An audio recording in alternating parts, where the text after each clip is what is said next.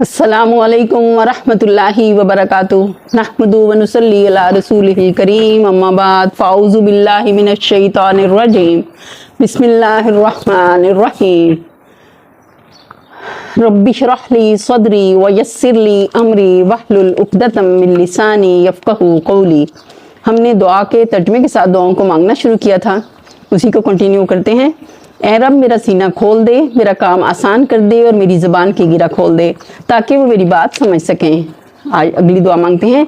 रब्बी अंजिलनी मुंज़लन मुबारकम व अंत खैरुल मुंजिलीन। ऐ मेरे रब मुझे बरकत वाली जगह उतार तो और तू बेहतरीन उतारने वालों में से है। रब्बी अंसुरनी अलल कौमिल मुफ़सिदीन। ऐ मेरे रब फसाद करने वाली कौम के मुकाबले में मेरी मदद फरमा।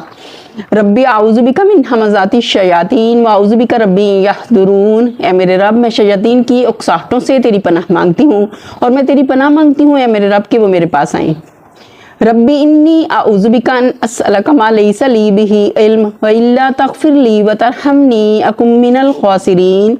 ऐ मेरे रब मैं तेरी पनाह मांगती हूँ इससे कि वो चीज़ तुझसे मांगूँ जिसका मुझे इल्म नहीं, और अगर तूने मुझे माफ़ ना किया और मुझ पर रहम ना फरमाया तो मैं खसारा पाने वालों में से हो जाऊँगी। रब्बी जालनी मुक़ीमत सलाती व मिन ज़ुर्रियती रब्बना व तक़ब्बल दुआ रब्बना इग़फ़िर ली व लिवालिदैया व लिलमुअमिनीना यौम यक़ूमुल हिसाब। ऐ मेरे रब मुझे और मेरी औलाद को नमाज कायम करने वाला बना। ऐ हमारे रब मेरी दुआ कबूल फरमा। ऐ हमारे रब मुझे और मेरे वालिदैन को और सब ईमान वालों को उस दिन बख्श देना जब हिसाब कायम होगा।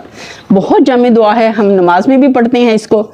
रब्बी हबली हुक्मन व अलहिक़नी बिस्सालिहीन वजअलनी लिसाना सिद्क़िन फ़िल आख़िरीन वजअलनी मिन वरसती जन्नतिन नईम वला तुख़ज़िनी यौम युबअसून। ऐ मेरे रब मुझे क़ुव्वत फ़ैसला अता फरमा और मुझे नेक लोगों से मिला दे और बाद में आने वालों में मुझे सच्ची नामवरी बाकी रख और मुझे नेमतों भरी जन्नत के वारसों में बना दे और मुझे रुसवा न करना जिस दिन लोग उठाए जाएंगे।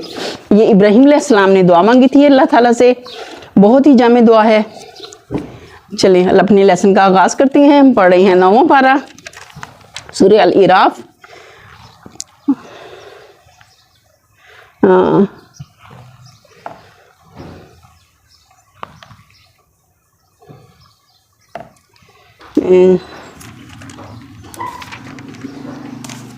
आठवां पारा हम पढ़ रहे हैं, 8वां पारा।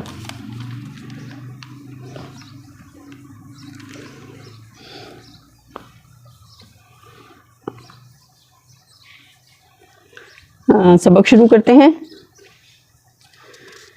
आयत नंबर 25 तक हमने पढ़ा था। या बनी आदम कद अंज़लना अलैकुम लिबासन युवारी सौआतिकुम वरीशा व लिबासुत तक़वा ज़ालिका खैर ज़ालिका मिन आयातिल्लाहि लअल्लहुम यज़क्करून।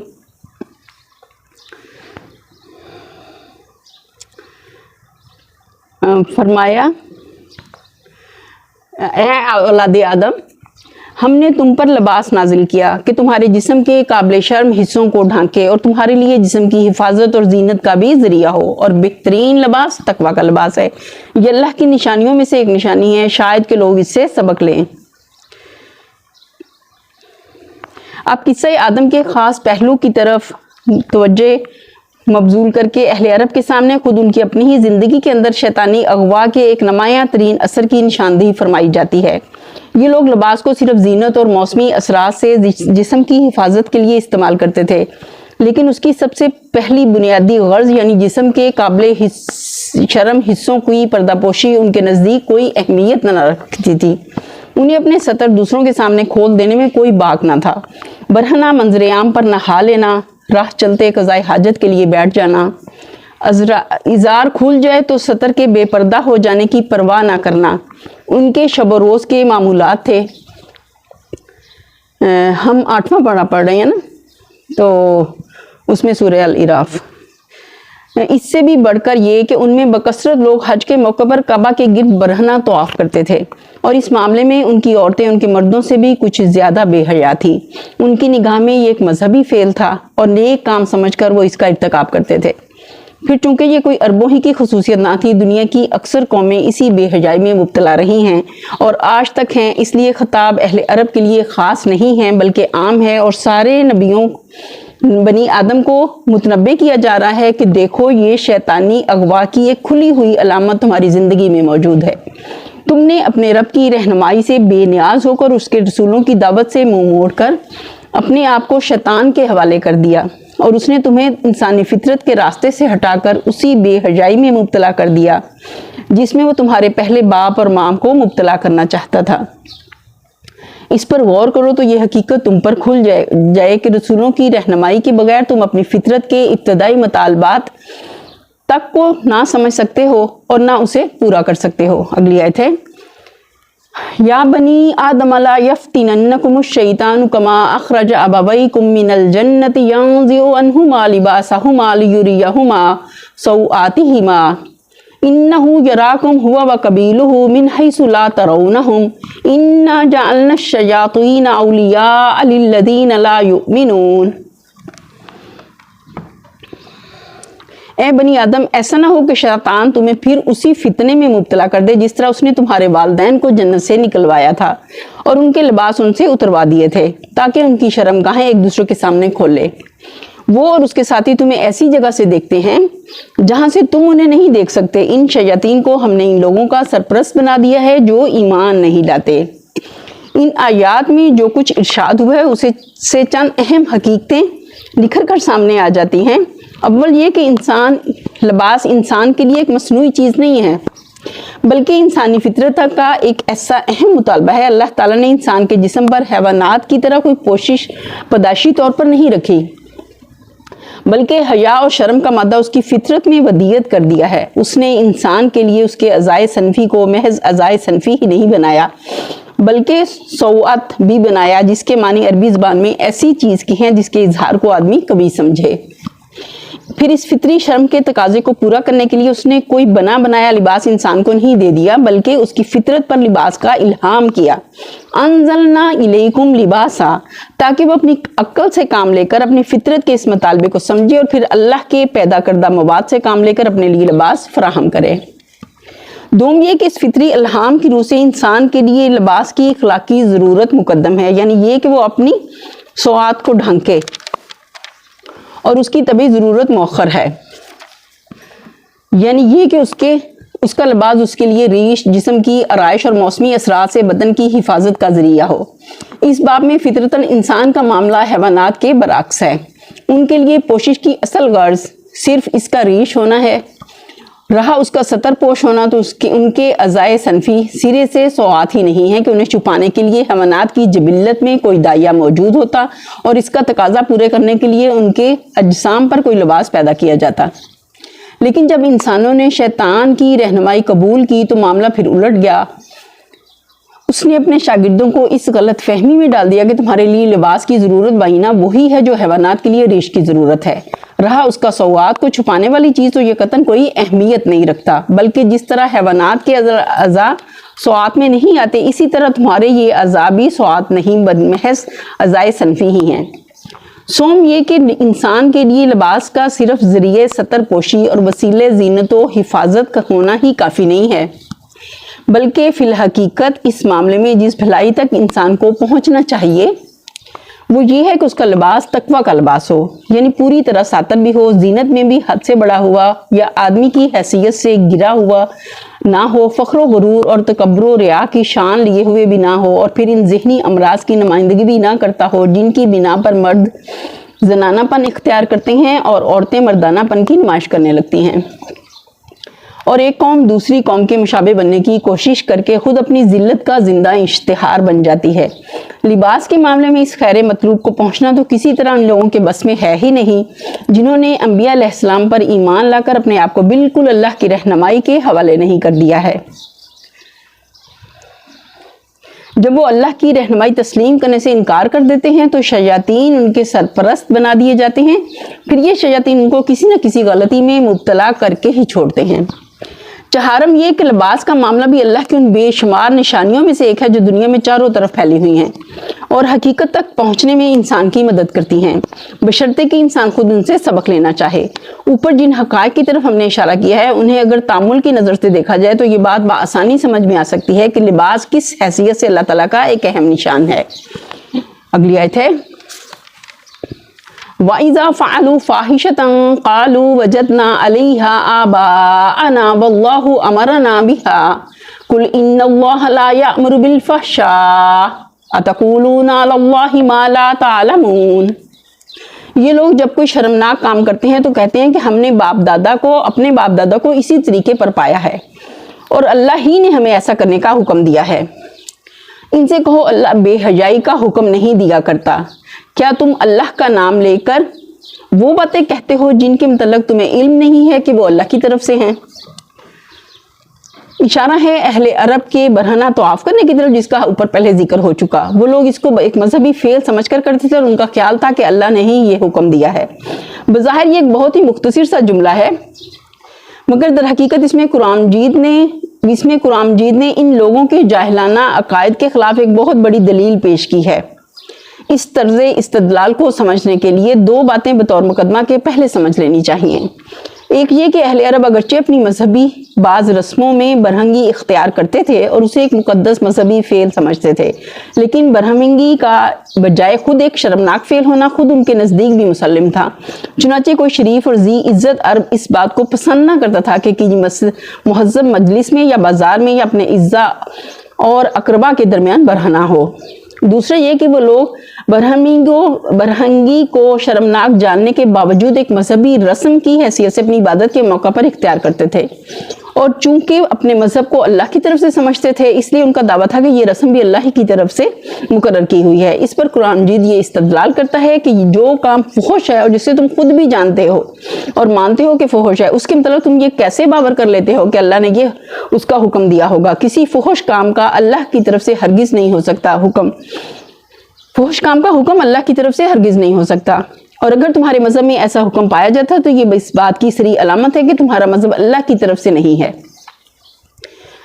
कुल अमर रब्बी बिल क़िस्त व अक़ीमू वुजूहकुम इंद कुल्लि मस्जिदिन वदऊहु मुख़लिसीन लहुद्दीन कमा बदअकुम तऊदून।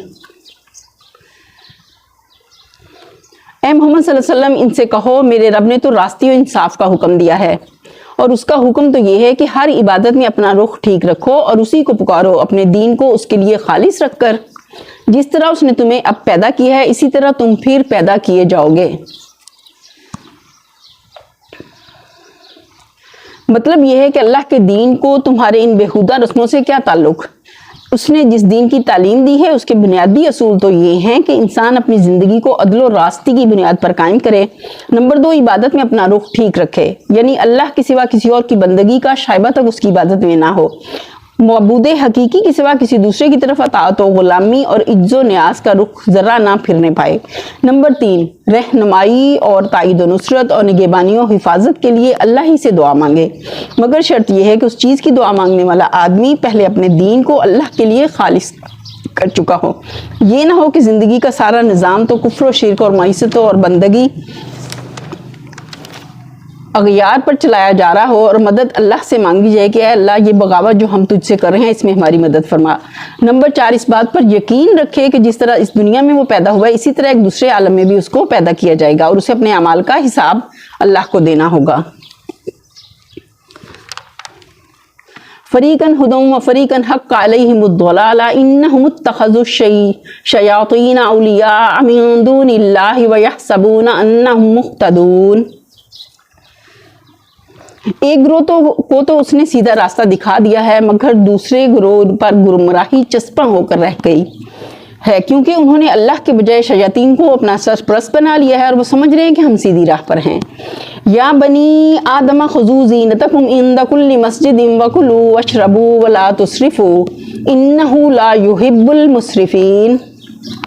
ए बनी आदम, हर इबादत के मौके पर अपनी जीनत से रास्ता रहो और खाओ पियो और हद से तजावुज़ ना करो, और अल्लाह हद से बढ़ने वालों को पसंद नहीं करता।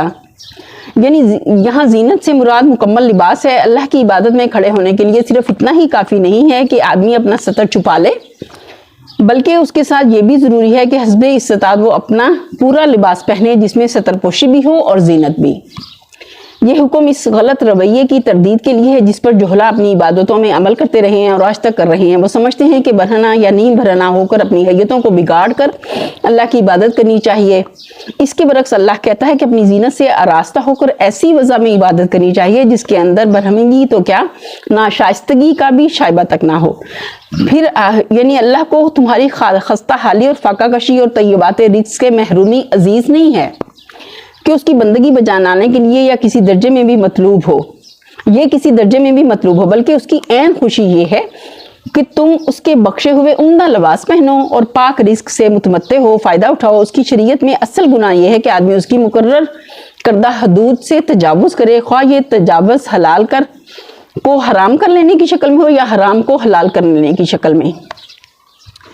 قل من حرم زینت اللہ التی اخرج لعبادہ والطیبات من الرزق قل ہی للذین آمنوا فی الحیاۃ الدنیا خالصۃ یوم القیامہ کذالک نفصل الآیات لقوم یعلمون۔ اے محمد صلی اللہ علیہ وسلم ان سے کہو کہ کس نے اللہ کی اس زینت کو حرام کر دیا جسے اللہ نے اپنے بندوں کے لیے نکالا تھا، اور کس نے اللہ کی بخشی ہوئی پاک چیزیں ممنوع کر دیں؟ کہو یہ ساری چیزیں دنیا کی زندگی میں بھی ایمان لانے والوں کے لیے ہیں اور قیامت کے روز تو خالصتاً انہی کے لیے ہوں گی۔ اسی طرح ہم اپنی باتیں صاف صاف بیان کرتے ہیں ان لوگوں کے لیے جو علم رکھنے والے ہیں۔ مطلب یہ کہ اللہ نے دنیا کی ساری زینتیں اور پاکیزہ چیزیں بندوں ہی کے لیے پیدا کی ہیں، اس لیے اللہ کا منشا تو بہرحال یہ نہیں ہو سکتا کہ انہیں بندوں کے لیے حرام کر دے۔ اب اگر کوئی مذہب یا کوئی نظام اخلاق و معاشرت ایسا ہے جو انہیں حرام یا قابل نفرت یا ارتقاء روحانی میں سد راہ قرار دیتا ہے تو اس کا یہ فعل خود ہی اس بات کا کھلا ثبوت ہے کہ وہ اللہ کی طرف سے نہیں ہے۔ یہ بھی ان حجتوں میں سے ایک اہم حجت ہے جو قرآن نے مذاہب باطلہ کے رد میں پیش کی ہے، اور اس کو سمجھ لینا قرآن کے طرز استدلال کو سمجھنے کے لیے ضروری ہے۔ یعنی حقیقت کے اعتبار سے تو اللہ کی پیدا کردہ تمام چیزیں دنیا کی زندگی میں بھی اہل ایمان ہی کے لیے ہیں، کیونکہ وہی اللہ کی وفادار رایا ہیں، اور حق کے نمک صرف نمک حلالوں ہی کو پہنچتا ہے۔ لیکن دنیا کا موجودہ انتظام چونکہ آزمائش اور مہلت کے لیے کے اصول پر قائم کیا گیا ہے، اس لیے یہاں اکثر اللہ کی نعمتیں نمک حراموں پر بھی تقسیم ہوتی رہتی ہیں، اور بسا اوقات نمک حلالوں سے بڑھ کر انہیں نعمتوں سے نواز دیا جاتا ہے۔ البتہ آخرت میں جہاں سارا انتظام خالص حق کی بنیاد پر ہوگا، زندگی کی آرائشیں اور رزق طیبات سب کے سب محض نمک حلالوں کے لیے مخصوص ہوں گے، اور وہ نمک حرام ان میں سے کچھ نہ پا سکیں گے جنہوں نے اپنے رب کے رزق پر پلنے کے بعد اپنے رب ہی کے خلاف سرکشی کی۔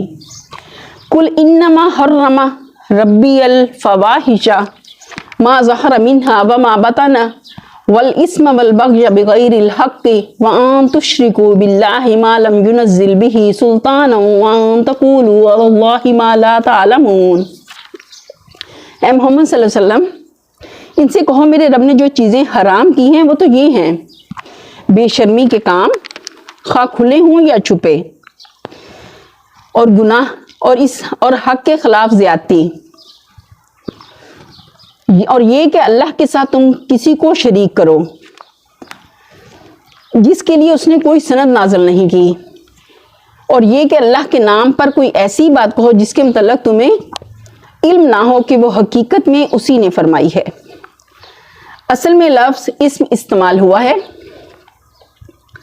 جس کے اصل معنی کوتاہی کے ہیں۔ آثمہ اس اونٹنی کو کہتے ہیں جو تیز چل سکتی ہو مگر جان بوجھ کر سست چلے، اسی لیے اس لفظ میں گناہ کا مفہوم پیدا ہوتا ہے، یعنی انسان کا اپنے رب کی اطاعت و فرمانبرداری میں قدرت و استطاعت کے باوجود کوتاہی کرنا اور اس کی رضا کو پہنچنے میں جان بوجھ کر قصور دکھانا، پھر یعنی اپنی حد سے تجاوز کر کے ایسے حدود میں قدم رکھنا جن کے اندر داخل ہونے کا آدمی کو حق نہ ہو۔ اس تعریف کی روح سے وہ لوگ بھی باغی قرار پاتے ہیں جو بندگی کی حد سے نکل کر اللہ کے ملک میں خود مختارانہ رویہ اختیار کرتے ہیں، اور وہ بھی جو اللہ کی خدائی میں اپنی کبریائی کے ڈنکے بجاتے ہیں، اور وہ بھی جو بندگان خدا کے حقوق پر دسترازی کرتے ہیں۔ وَلِكُلِّ أُمَّةٍ أَجَلٌ فَإِذَا جَاءَ أَجَلُهُمْ لَا يَسْتَأْخِرُونَ سَاعَةً وَلَا يَسْتَقْدِمُونَ۔ ہر قوم کے لیے مہلت کی ایک مدت مقرر ہے، پھر جب کسی قوم کی مدت آن پوری ہوتی ہے تو ایک گھڑی بھر کی بھی تاخیر و تقدیم بھی نہیں ہوتی،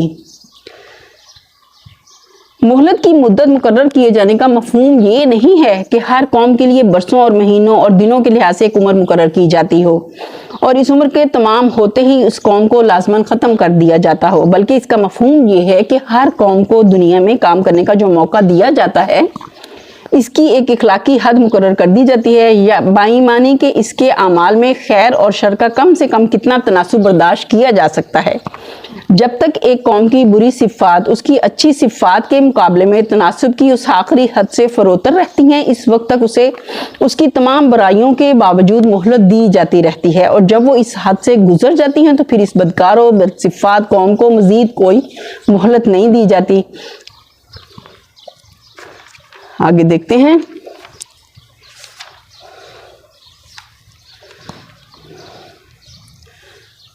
यहीं पर हम अपने आगे इंशाल्लाह अगली दफ़ा के लेसन में उसको कंटिन्यू करेंगे। तफसीर ज़रा ज़्यादा है उसकी। यहीं पर हम अपने लेसन का इख्तिताम करते हैं और अल्लाह से दुआ करते हैं कि जो हमने पढ़ा समझा है बारी ताला तो हमें उस पर अमल करने वाला बना और हमारे लिए नेकी के रास्ते पर चलना आसान कर दे और बुराई का रास्ता हमारे लिए मुश्किल कर दे, और हमें अपने पसंदीदा बंदों में शामिल कर दे, हमें अपनी रज़ा नवाज दे, और मौत के वक्त में ए बारी ताला हमारी ज़ुबान पे कलमा जारी कर देना, हमें अपनी अतात पे मौत देना, ईमान की सलामती के साथ दुनिया से ले जाना। जिस तरह तो अपनी रहमत के साथ हमें दुनिया में लेके आया, बिल्कुल इसी तरह अपनी रहमत के साथ बहुत आसानी के साथ हमारे उस सफ़र को भी मुकम्मल कर देना। जो हमारा दुनिया से रुखसती का टाइम हो उसको हमारे लिए आसान कर देना। उस वक्त में हमें थाम लेना जब कोई हमारी उस कैफियत को समझने वाला नहीं होगा। ए बारी तला उस वक्त में भी तू ही हमें जानता होगा और हमारी कैफियत से बाखबर होगा। उस वक्त में हमें कलमा नसीब करना और शैतान के हत्थे चढ़ने से बचा लेना। वाखिरु दावाना अल्हम्दुलिल्लाहि रब्बिल आलमीन। सुब्हान रब्बिका रब्बिल इज्जति अम्मा यसिफून व सलामुन अलल मुरसलीन वल्हम्दुलिल्लाहि रब्बिल आलमीन। आमीन सुम्मा आमीन या रब्बल आलमीन। अस्सलामु अलैकुम व रहमतुल्लाहि व बरकातुहू।